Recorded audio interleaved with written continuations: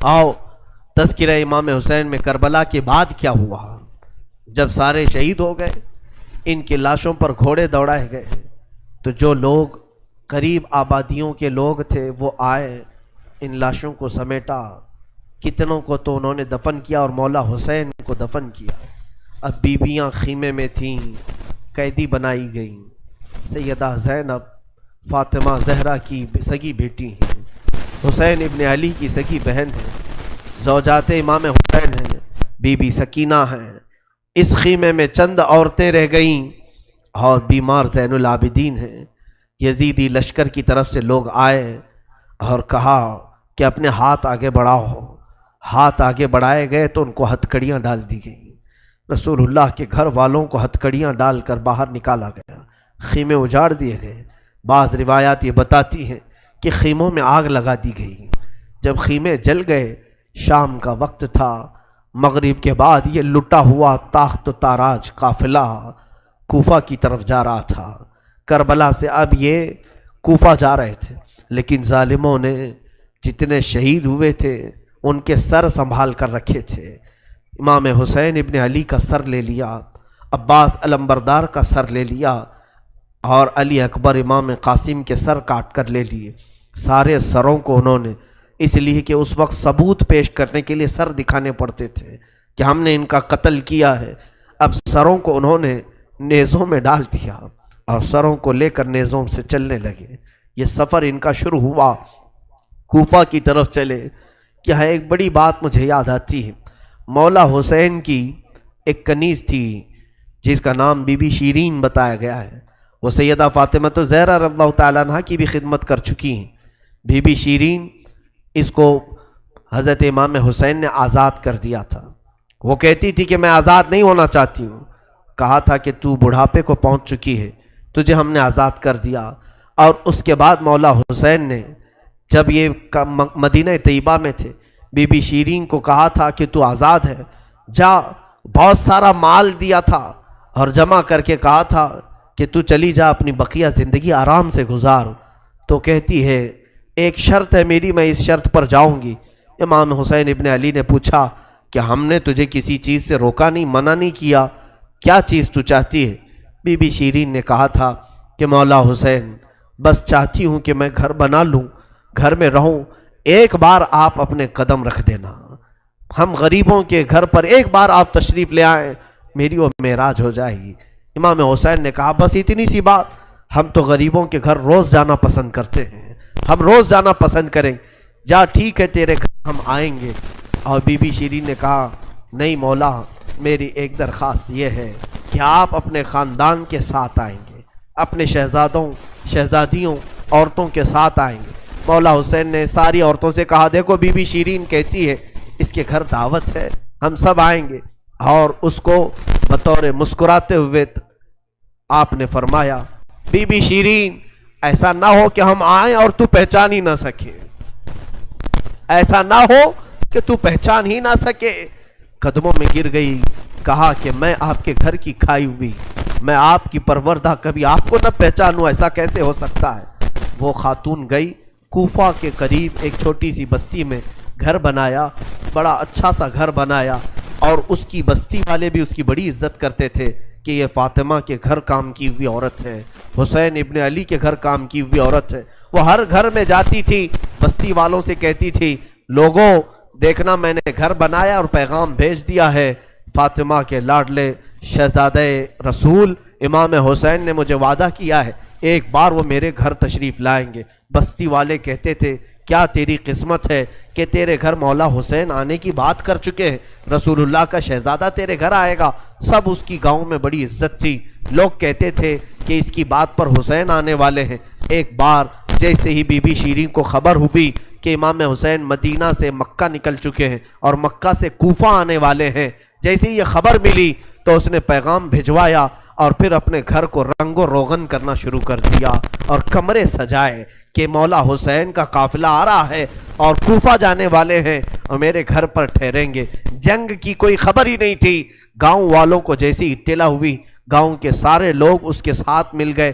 پورے گاؤں میں سارے لوگ گھروں کی تیاریاں کر رہے تھے اور سب لوگ روز انتظار کرتے. بی بی شیریں پہاڑ کے ایک چوٹی پر صبح سے شام تک بیٹھتی، ہر آنے جانے والے قافلے والے کو دیکھتی، جو مکہ سے کوفہ کے لیے آ رہا ہے جا رہا ہے دیکھتی، انتظار کرتی. اس میں امام حسین اپنے گھر والوں کے ساتھ آنے والے نہیں آئے.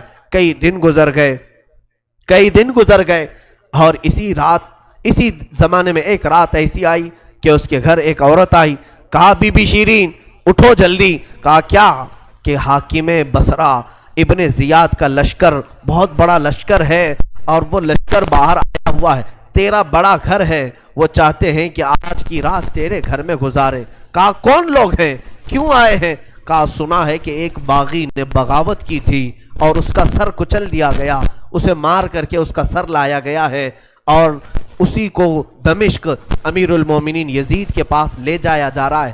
بی بی شیریں نے کہا پتہ نہیں کون سا باغی تھا، کس نے بغاوت کی تھی، کس سے جنگ ہوئی تھی، خبر نہیں ہے. بہرحال اگر حاکم کا قافلہ گھر کے دروازے پر کھڑا ہے تو میں دروازہ کھول دیتی ہوں. دروازہ اس نے کھولا. بہت سارے رات کا وقت ہے، شہزادوں کے سر نیزوں پر لٹکے ہوئے ہیں. حسین ابن علی کا چہرہ دھول میں اٹا ہوا تھا، زلفیں چہرے پر آئی ہوئی تھیں، بیبیاں سب باندی بنا کر لائی گئی تھیں اور سب جکڑی ہوئی تھیں، چہرے ان کے بالوں سے ڈھاکے ہوئے تھے. اس خاتون نے دیکھا اور کہا ہائے ہائے افسوس، قیدی آئے ہیں میرے گھر. مولا حسین کہتے تھے قیدیوں کے ساتھ اچھا سلوک کیا جائے، قیدیوں کے ساتھ اچھا سلوک کیا جائے. اس نے اپنے گھر میں اندر داخل کیا، جو حاکم جو اس کے سپہ سالار تھے ان سب کو اندر بلایا، رات گزارنے کا مقام دیا، جگہ دیا اور یہ بیویوں کو صحن کے باہر ہی چھوڑ دیا گیا، ان کو اندر نہیں لایا گیا. اور اس خاتون نے کہا ان قیدیوں کو بھی تو لاؤ، میرا گھر کافی بڑا ہے، میں اندر سلا لوں گی. اسے اب تک یہ خبر نہیں تھی یہ لٹا ہوا قافلہ ہے کس کا، آخر یہ لٹا ہوا قافلہ کس کا آیا ہے. رات کے وقت اس نے کھانا بنایا، سارے فوجیوں نے کھانا کھا لیا تو بی بی سے کہا ان قیدیوں کو کھانا مت دینا، وہ کھانے کے مستحق نہیں ہے. اس نے چلا کر کے کہا دیکھو ہمارا دستور یہ ہے کہ میں فاطمہ کے گھر کام کر چکی ہوں، وہاں فاقے تو رکھتے تھے لوگ، گھر میں فاقہ تو ہوتا تھا لیکن باہر آنے والے مہمان کو بھوکا نہیں رکھا جاتا، وہ چاہے قیدی ہوں باغی ہوں جس طرح کے ہوں، مجھ سے جو بن سکے گا میں کھلاؤں گی. اس نے کھانے بنائے اور اس کے بعد لے کر کے آئی اور اس کے بعد کھانا جب سیدہ بی بی زینب کے پاس رکھا تو بی بی زینب نے اپنے دونوں ہاتھ دکھائے جو پیچھے بندھے ہوئے تھے. اس خاتون نے بی بی شیریں نے کھولا اور ان کے بالوں سے چہرہ ڈھکا ہوا تھا اور اس نے کھانا پروسا کہ کھا لو بیویوں کھا لو. تو بی بی زینب نے پکار کر کے اپنے بھائی کا نام لیا، یا حسین ابن علی. تو بی بی شیریں چونک اٹھی، یہ نام تو کیوں لے رہی ہے؟ یہ نام تو میرے آقا کا ہے جس کی میں باندھی تھی، میں خدمت گزار تھی، یہ نام تو کیوں لے رہی ہے؟ بی بی زینب کہتی ہے بی بی شیریں کیا ہم نے تجھے پہچان لیا؟ بابا نہیں کہتے تھے کسی دن ہم گھر پر آئیں اور تو پہچان ہی نہ سکے. یہ جو اونچے نیزے پر سر دکھ رہا ہے یہ تیرے آقا مولا حسین کا سر ہے اور یہ علی اکبر کا سر ہے، یہ قاسم کا سر ہے. بی بی زینب پکارتی گئی. بی بی شیریں نے دیکھا اور پکار کر کے کہا مولا کیسی مہمان نوازی کا وقت تم نے دیا، کیا اس طرح بھی کوئی مہمان بنتا ہے کسی کے گھر؟ اور یہ کہتی ہوئی غش کھا کر گر پڑی. اس پر پانی ڈالا جاتا، وہ اٹھتی پھر غش کھا جاتی، بے ہوش ہو جاتی. سچ کہا تھا مولا حسین نے، اے بی بی شیریں ہم تو وعدہ کیے ہیں آ کر رہیں گے، کہیں ایسا نہ ہو کہ تو پہچان ہی نہ سکے. سچ کہا تھا مولا حسین، آپ اس حالت میں میرے گھر آئے کہ میں پہچان نہ سکی، کیونکہ وہم و گمان میں بھی نہیں تھا کہ فاطمہ کے لاڈلے کا کٹا ہوا سر کبھی گھر آ سکتا. وہ غش کھا کر کے گر گئی. روایات میں ہے صبح جب اٹھا لوگوں نے فوجیوں نے اٹھ کر کے دیکھا تو بی بی شیریں کا جسم ٹھنڈا پڑ چکا تھا، اس کی روح نکل چکی تھی. غم حسین میں لوگوں کی جانیں چلی گئی. یہاں آج دو آنسو ہمارے نکلتے ہیں تو لوگ ہمیں بولتے ہیں غم حسین میں لوگوں کی روح نکل گئی. جو اصلی محبت کرنے والے تھے وہ دنیا سے ہی رخصت ہو گئے. مولا حسین کی محبت کرنے والی بی بی شیریں دنیا میں نہیں رہی. کہا آخری جملے اس کے یہ تھے، گھر بڑی آن شان سے اس لیے بنایا تھا کہ ایک بار مولا قدم رکھیں گے. اب انہوں نے قدم رکھ دیا تو اب جینے میں کوئی مزہ نہیں ہے، اب میری زندگی کی تمنا پوری ہو گئی ہے. اس کے بعد یہ قافلہ نکلا، کوفہ کی طرف جا رہا تھا، ابن زیاد تک پہنچنا تھا.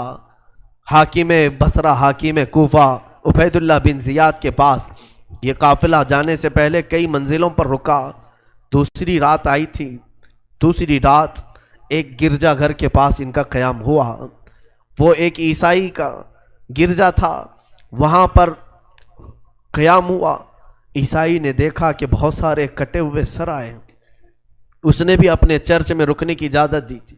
ہائے افسوس، عیسائی بھی رحم کھا رہے ہیں.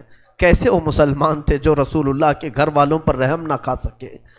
عیسائی نے وہاں پر رکنے کی اجازت دی. اس کے بعد کہا، رات کو اس نے کہا کہ یہ جو سروں پر، یہ جو نیزوں پر سر ہیں، کیا یہ ہمیں ایک رات کے لیے دو گے؟ لوگوں نے کہا لے لو لے لو، لیکن امانت کے ساتھ واپس کرنا کہ یہ ہمیں دمشق پہنچانا ہے. اس نے سر حسین کو لیا، دھول کو صاف کیا، اس لیے کہ اسے دور سے ہی اس چہرے میں کچھ چمک نظر آ رہی تھی. اس عیسائی راہب نے رات کے وقت دیکھا، ایک تخت پر رکھ کر کے سر حسین کا غور سے مطالعہ کرنے لگا اور اپنی پرانی کتابوں سے ملانے لگا. پرانی کتابیں پڑھتا تھا اور چہرہ دیکھتا تھا، بار بار دیکھتا تھا. پھر چیخ کر کے کہا، ہاں میں اپنے مقام کو پہنچ گیا، اس لیے کہ مقدس کتابوں میں لکھا ہوا ہے نبی کے آخری نبی کا نواسا ظلمن قتل کیا جائے گا اور اس راستے سے جائے گا، اور یہاں کی گرجا میں اگر رکے تو گرجا میں جو خدمت گزار ہے وہ اس کی خدمت کرے، مولا اسے جنت عطا کرے گا. وہ عیسائی راہب کہتا ہے وہ چہرے میں ساری علامتیں جو کتابوں میں لکھی یہی ہیں. وہ ایمان لے آیا، کلمہ طیبہ پڑھا، اسلام قبول کیا. رات میں اس کی دنیا بدل گئی. میرے عزیزو، اسی کو کہا جاتا ہے اسلام زندہ ہوتا ہے ہر کربلا کے بعد. حسین کے انتقال کے بعد بھی اسلام پھیل رہا، ایمان دوسروں کو بانٹ رہے ہیں. صبح تک اس گرجا میں رکے، پھر دن پورا گزارے اور شام کے وقت ٹھنڈے وقت میں کوچ کرنے کا ارادہ کیا. اور سر امام حسین جو ان لوگوں نے نیزے پر لیا تھا اس کو ایک جگہ گاڑ دیا، اور اس کے بعد اپنے پانی وغیرہ کے استعمال کے بعد قافلے کو کوچ کرنے کا حکم دیا. قافلہ آگے چلا، لیکن جو فوجی آتا سر حسین کو اٹھانے کے لیے نیزے پر، وہ تو ہلکا ہو چکا تھا لیکن وہ زمین میں ایسا گڑ چکا تھا کہ اٹھتا نہیں تھا، کسی سے ہل نہیں رہا تھا. بہت لوگوں نے کوشش کی. پھر آ کر کے انہی ظالم یزیدیوں نے بی بی زینب سے کہا، اے خاتون، یہ تمہارے بھائی کا سر زمین پر ایسا جمع ہوا ہے، ہٹتا نہیں ہے، آگے بڑھنا ہے ہمیں، یہ ہٹتا نہیں ہے. بی بی زینب نے غور سے دیکھا اور کہا، قافلے میں دیکھ لو سب ہیں یا نہیں، قافلے میں سب ہیں یا نہیں. دیکھا گیا تو بی بی سکینہ قافلے میں نہیں تھی، قافلے میں موجود نہیں تھی. بی بی زینب نے کہا، وہ میرا غیور بھائی ہے، اپنے خاندان والوں کو چھوڑ کر کہیں جاتا نہیں تھا، اپنی بچی کا غم ہوگا، آگے نہیں بڑھتا، تلاشو سکینہ کہاں ہے. لوگوں نے ڈھونڈنا شروع کیا. پہاڑ کی ایک چھوٹی سی چوٹی پر وہ بیٹھی ہیں اور ایک خاتون کی گود میں بیٹھی ہیں. کوئی ایک خاتون ہے، اسے سہلا رہی ہے، تھپکیاں دے رہی ہیں. بی بی سکینہ 9 سال کی عمر میں ایک بڑی معزز خاتون کی گود میں ہچکیاں لے لے کر رو رہی ہیں اور کچھ باتیں کر رہی ہیں. بی بی زینب نے دور سے دیکھا، خاندان کی کچھ عورتیں اور آئیں، پکارا، سکینہ جانے کا وقت ہو گیا، تم یہاں کیا کر رہی ہو. دوڑ کر کے جیسی سکینہ کے قریب آئے تو دیکھا نہ وہاں عورت تھی نہ کوئی خاتون تھی. سکینہ کو اٹھایا، کیا کر رہی تھی تم یہاں، کیسے آئی، کون عورت، کس سے بات کر رہی تھی. سکینہ نے کہا، میں جانتی نہیں تھی، یہاں حاجت کے لیے آئی تھی، اچانک ایک خاتون نمودار ہوئی، اس نے مجھے گود میں اٹھایا، بوسے دینا شروع کیا، میرا ماتھا چوما. میں نے پوچھا کہ تو کون ہے، تو اس نے کہا، اے بچی تو نہیں جانتی، میں تیری دادی فاطمہ الزہرا ہوں، میں فاطمہ الزہرا ہوں، رسول اللہ کی شہزادی ہوں. میں اپنی دادی کے گود میں سو گئی، بڑا نرم گود تھا، بڑی ان کی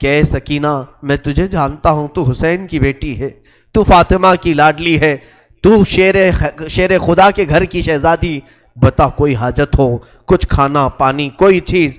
اللہ اللہ، یہ بھوکے اور پیاسوں نے کبھی کھانا کسی سے نہیں مانگا۔ پوری داستان کربلا سننا، کبھی انہوں نے روٹی نہیں مانگا، ہاں پانی ضرور مانگا ہے۔ پانی مانگنا انسانیت کے لیے عیب نہیں، روٹی مانگنا محتاجی کی علامت ہو سکتی ہے۔ بی بی سکینہ نے کہا کہ بڑی حاجتیں پوچھ رہے ہو، کیا میری حاجت پوری کرو گے؟ کہا بتاؤ بچی، میں اپنی طرف سے جو ہو سکے کروں گا، میرے پاس پیسے ہیں، مال ہے، میں اس سے جو چاہے کروں گا۔ بی بی سکینہ نے صرف ایک درخواست کی کہ میرے نانا کے صحابی، بس اتنا کام کر لو کہ یہ جو اونچے نیزے پر میرے بابا کا سر ہے، حسین ابن علی کا، اس سر کو تھوڑا آگے بڑھا دو، یہ جو جلوس میں جا رہا ہے آگے بڑھا دو۔ ہمارے گھر کی بچیاں غور سے سنیں، میرے گھر کی عورتیں کان کھول کر کے سنو، 9 سال کی بچی کیا خواہش ظاہر کر رہی ہے۔ کہا اگر وہ نہیں بڑھتے ہیں تو انہیں پیسے دے، وہ انعام دے کر آگے بڑھاؤ۔ اس صحابی نے پوچھا کہ اس سر کو تمہارے قریب رہنا اچھا ہے، تمہارے قریب رہنا اچھا ہے، آگے کیوں بڑھانا چاہتی ہو؟ بی بی سکینہ نے کہا اس لیے کہ لوگوں کا جلوس بابا سر کو دیکھنے کے لیے آ رہا ہے، اور سارے دیکھنے قیدی بنا کر کے لائے گئے تھے۔ بیمار زین العابدین حسین ابن علی رضی اللہ تعالیٰ عنہ کے شہزادے، وہ قیدی بنا کر لائے گئے تھے۔ ایک صحابی وہاں پر حاضر ہوئے، کہا کہ کوئی حاجت ہو تو بیان فرمائیں، ہم آپ کے غم میں شریک ہیں۔ حضرت امام زین العابدین نے کوئی توجہ نہیں کی، یہاں تک کہ ایک سپاہی یزید کا ایسا تھا جو تھیلا بھر کر کے پتھر لے کر چل رہا تھا، تھیلا بھر کر پتھر لے کر چل رہا تھا، اور وہ باہر کھڑے ہوئے لوگوں میں پتھر بانٹتا تھا کہ کچھ پتھر تم لوگ برسا ہو۔ ملک شام میں جانے کے وقت کچھ لوگ وہاں صدقے کی کھجوریں پھینک رہے تھے اس اہل بیت کے گھرانے پر، اور کچھ لوگ پتھر برسا رہے تھے۔ یزید کے یہ مخالف لوگ ہیں، باغی لوگ ہیں، ان کے دلوں میں یزید کی محبت تھی، بنو امیہ کے وفادار لوگ تھے۔ اس قافلے پر کچھ لوگوں نے پتھر برسائے، وہ قافلہ اب اور کتنے زخم اٹھاتا، اب ان کو چھوڑا کیا تھا، لوگوں نے سارے زخم تو دے دیے تھے۔ امام زین العابدین نے اس صحابی سے کہا کہ دیکھو یہ پتھر برسا رہے ہم پر۔ اس صحابی نے تلوار کھینچ لی اور اس کو قتل کرنے کا ارادہ کیا، آپ نے منع کیا، رک جاؤ رک جاؤ، اس لیے کہ بہت سارے قتل میں نے اپنے بابا کے دیکھے، اور وہاں کوئی بھی اپنی تلوار لے کر ہمارے مدد کے لیے نہیں آ سکا۔ امام زین العابدین کا یہ لٹا ہوا قافلہ یزید کے دربار میں لایا گیا، اور سر امام حسین کو ایک تشت میں رکھ کر پیش کیا گیا۔ یزید اپنے ہاتھ میں چھڑی لے کر مولا حسین کے لبوں پر مارتا تھا اور کہتا تھا حسین تمہاری جوانی ختم ہو گئی، کاش تم میری بیعت کر لیتے تو تم زندگی سے ہاتھ نہیں دھوتے، اور کبھی میں نہیں چاہتا کہ تمہارا قتل ہو جائے۔ اس نے جھوٹے الفاظ میں لوگوں کو اس طرح ورغلایا۔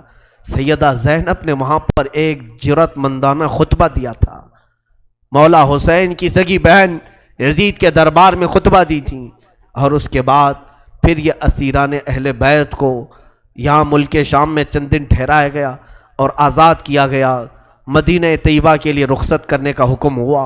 یہ لٹا ہوا قافلہ مدینہ آیا۔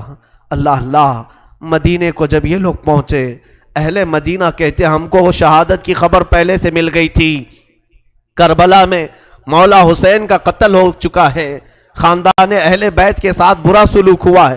پورا مدینہ سرحد پر آ کر کھڑا ہو گیا تھا، مدینے کے باہر انتظار میں۔ وہاں ننھی سی سغرا بھی تھی، مولا حسین کے کچھ گھر والے بھی تھے، وہ انتظار میں تھے۔ جیسے ہی لوگ مدینہ طیبہ میں داخل ہونے لگے، بیویوں کو دیکھ کر مدینے والے چیخ پڑے، سارے مدینے والے زاروں قطار رونے لگے۔ سیدھا یہ قافلہ آیا بارگاہ رسول میں، مصطفیٰ صلی اللہ علیہ وسلم کی قبر انور کے پاس پہنچ گیا، اور پھر بی بی زینب وہاں کھڑے ہو کر شروع سے لے کر اخیر تک کی داستان میرے آقا کو سنانے لگی۔ یا رسول اللہ، آپ کا دوش پر سوار ہونے والا شہزادہ، آپ کا محبوب نظر حسین بڑے زخموں سے چور چور تھا۔ یا رسول اللہ، وہ کربلا میں لاشیں اٹھاتا رہا، پیاسا رہا، بھوکا رہا۔ مدینے کے لوگ کہتے ہیں پورا مدینہ صرف زندگی میں 2 مرتبہ سب سے زیادہ رویا ہے. ایک اس وقت جب میرے آقا کی وفات ہوئی تھی، دوسرا اس وقت جب اہل بیت کا قافلہ مدینے میں لٹ کر داخل ہوا تھا. سارے غموں سے نڈھال تھے، ہر کوئی پریشان حال تھا. بی بی صغرا ننھی سی تھی، 6 سال کی تھی.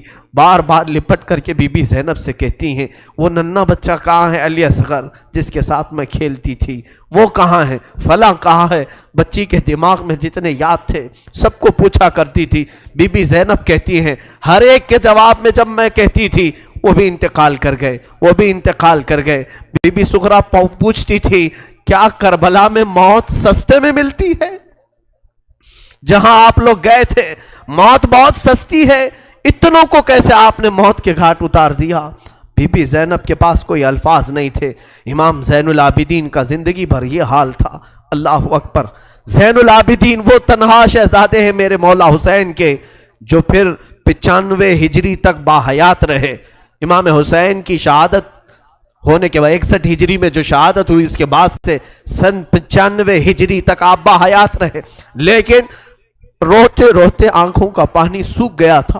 لوگ کہتے ہیں امام زین العابدین کو ہم لوگ دیکھتے تھے، کبھی وہ روتے تھے تو دونوں آنکھوں سے خون نکل آتا تھا. لوگ پوچھتے کہ مولا زین العابدین سجاد آپ اتنا کیوں روتے ہیں؟ کہتے ہیں کیا تم میری ہنسی کی تمنا رکھتے ہو جس کے سامنے اس کے بھائیوں کو، اس کے گھر والوں کو، اس کے باپ کو کاٹا گیا ہے، اس کے گھر والوں کو کاٹا گیا ہے. امام زین العابدین کا حال یہ تھا کہ امام زین العابدین شہر میں جا رہے تھے اور قصاب گوشت بیچنے والا دکان میں بیٹھا ہے، گوشت بیچ رہا ہے. جیسے ہی وہ قریب آنے لگے اس نے جلدی سے گوشت کے اوپر چادر ڈال دی، گوشت چھپا دیا. لوگ جو گوشت خریدنے والے کھڑے تھے انہوں نے پوچھا کہ بندے تو کیوں گوشت چھپا رہا ہے؟ کہا زین العابدین آ رہے ہیں، وہ ابھی یہاں کھڑے ہوں گے اور گوشت دیکھ کر کے رونا شروع کر دیتے ہیں، گوشت دیکھ کر کے رونا شروع کرتے. کہا ایسا کیوں کرتے ہیں؟ کہتے ہیں جب بھی وہ میری دکان کے پاس یہ کچا گوشت دیکھتے ہیں تو کہتے ہیں کہ میرے بھائیوں کا گوشت ایسے ہی کٹا گیا تھا اور ادھیڑا گیا تھا. زندگی بھر وہ گوشت کی دکان کے پاس کھڑے ہوتے تو ان کی آنکھیں بہہ جاتی. اور اس کے بعد ایک روایت یہ بھی ملتی ہے کہ قربانی کے دن تھے، مولا زین العابدین ایک جگہ سے گزر رہے ہیں، ایک قصائی بکرے کو لٹایا ہے اور جلدی سے اس پر چھری چلائی جا رہی تھی. امام زین العابدین دور سے کھڑے ہو گئے، کہا اے قصائی تو نے بکرے کو لٹایا، پانی پلایا کہ نہیں پلایا؟ وہ کھڑا ہوا، کہا اے امام زین العابدین ہم مسلمان ہیں، جانوروں کو کاٹتے ہیں تو پہلے پانی پلا کے کاٹتے ہیں. امام زین العابدین نے کربلا کی طرف منہ کیا، کہا مولا حسین مسلمان جانوروں کو پانی پلا کے کاٹتے ہیں، جانوروں کو پانی پلا کے کاٹتے ہیں، مگر اہل بیت کے کسی شہزادے کو ایک گھونٹ بھی پانی نہیں پلایا گیا اور انہیں ویسی پیاسا شہید کیا گیا ہے، پیاسا کاٹا گیا ہے. امام زین العابدین کی پوری زندگی ایک ایک چیز کو دیکھتے تو رونے لگ جاتے تھے کہ کربلا میں یہ چیز نہیں تھی، یہ چیز نہیں تھی. ایک وقت ایسا بھی آیا، کوفہ کا گورنر ابن زیاد، یہ اب اس کے برے دن شروع ہو چکے تھے. میں پھر دوسری تقریر میں عرض کروں گا، زہر کی اذان انشاءاللہ تقریر کے بعد ہوگی. آج سارا مجمع یہاں پر ہے اور انشاءاللہ بغیر نماز پڑھے ہم تو یہاں سے جائیں گے نہیں. اور اذان لوگوں کو جمع کرنے کے لیے ہوتی ہے، جو آلریڈی جمع ہیں پھر انہیں کیا جمع کیا جائے. اذان تو ہم دیں گے انشاءاللہ، صبر کریں. یہ وقت شہادت کا ہے، یہ وقت کربلا کی یاد کا ہے. مولا حسین کے یہ شہزادے امام زین العابدین رضی اللہ تعالیٰ، زندگی بھر آپ کے حالات یہ تھے کہ کبھی کچا گوشت دیکھیں تو رو پڑے، کسی جانور کو ذبح ہوتے دیکھیں تو رو پڑے. ایک بار امیر کوفہ ابن زیاد، اب امیر مختار نام کا ایک شخص جو بدلہ لینے کے لیے بعد میں اٹھ کھڑا ہوا.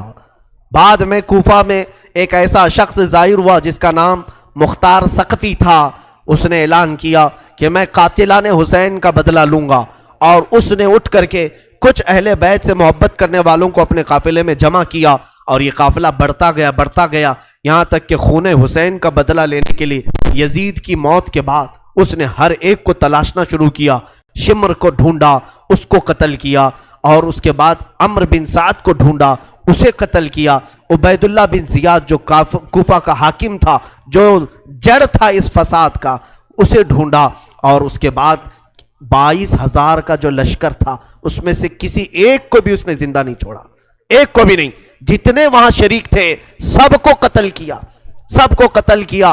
اور 22,000 کو قتل کرنے کے بعد مختار ثقفی نے یہ اعلان کیا، ابھی میں نے حسین کی ایک انگلی کا بھی بدلہ نہیں لیا، میں حسین ابن علی کی ایک انگلی کا بھی بدلہ نہیں لیا.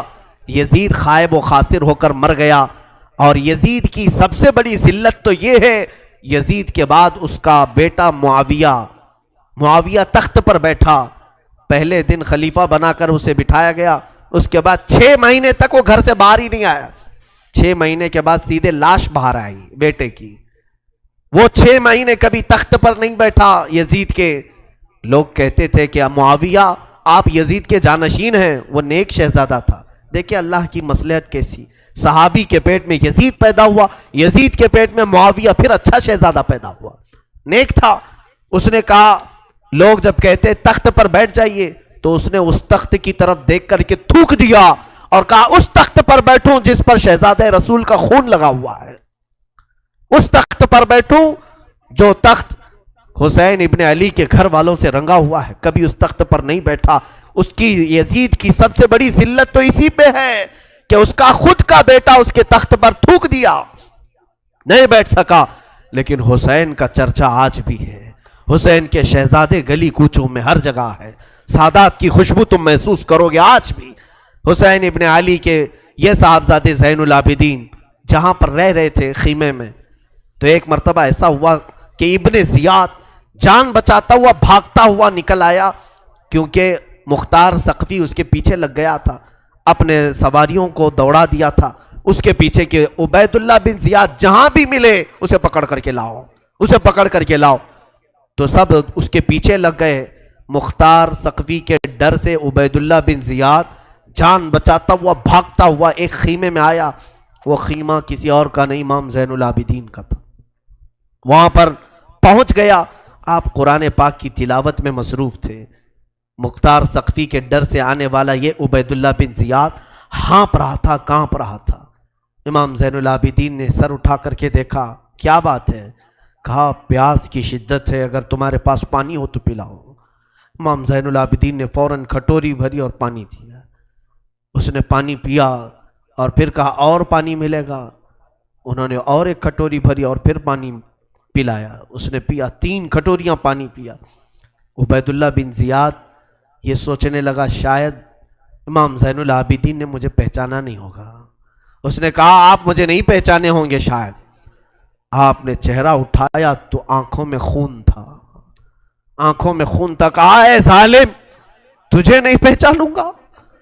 تیری وجہ سے میرا پورا گھرانہ لٹ گیا، میرا پورا خاندان تو نے تباہ کیا، بھوکا اور پیاسا کربلا میں تڑپایا، تجھے نہیں پہچانوں گا؟ تو عبید اللہ بن زیاد بدبخت نہیں ہے؟ تو اس نے کہا جب آپ نے پہچانا تو پانی پلا رہے ہو. امام زین العابدین نے کہا جو تو نے ہمارے ساتھ سلوک کیا وہ تیری فطرت تھی، اور ہم نے جو سلوک کیا ہے یہ اہل بیت کی فطرت ہے، یہ اہل بیت کی شان ہے. ظالموں کے ساتھ بھی پانی پلانے کا سلوک.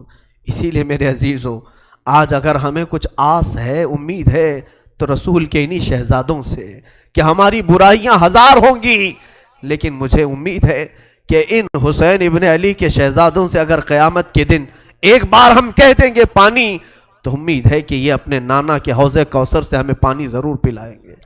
تذکرہ کرو حسین کا، تذکرہ کرو اہل بیت کا اور علی کے شہزادوں کا.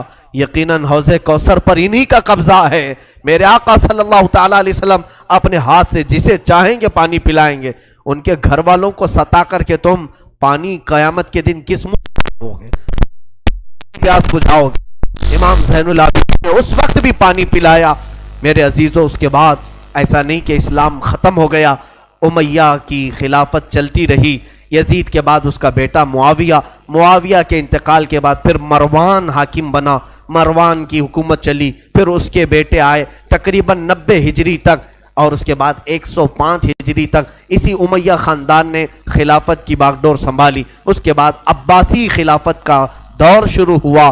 جو بنو عباس کہلائے وہ اہل بیت سے محبت کرنے والے تھے. اتنے زمانے تک بھی اہل بیت کے ساتھ برا سلوک ہوتا رہا. امیہ کے پورے جتنے خلفاء آئے انہوں نے اہل بیت کے ساتھ کوئی اچھا سلوک نہیں کیا. امام باقر کے ساتھ، امام جعفر صادق کے ساتھ، امام موسیٰ کاظم کو 12 سال تک قید میں رکھا گیا تھا. ان کو زہر پلایا گیا تھا، کوڑے مارے گئے تھے. یہ اماموں کے ساتھ برا سلوک تقریباً 100 سال تک چلتا رہا.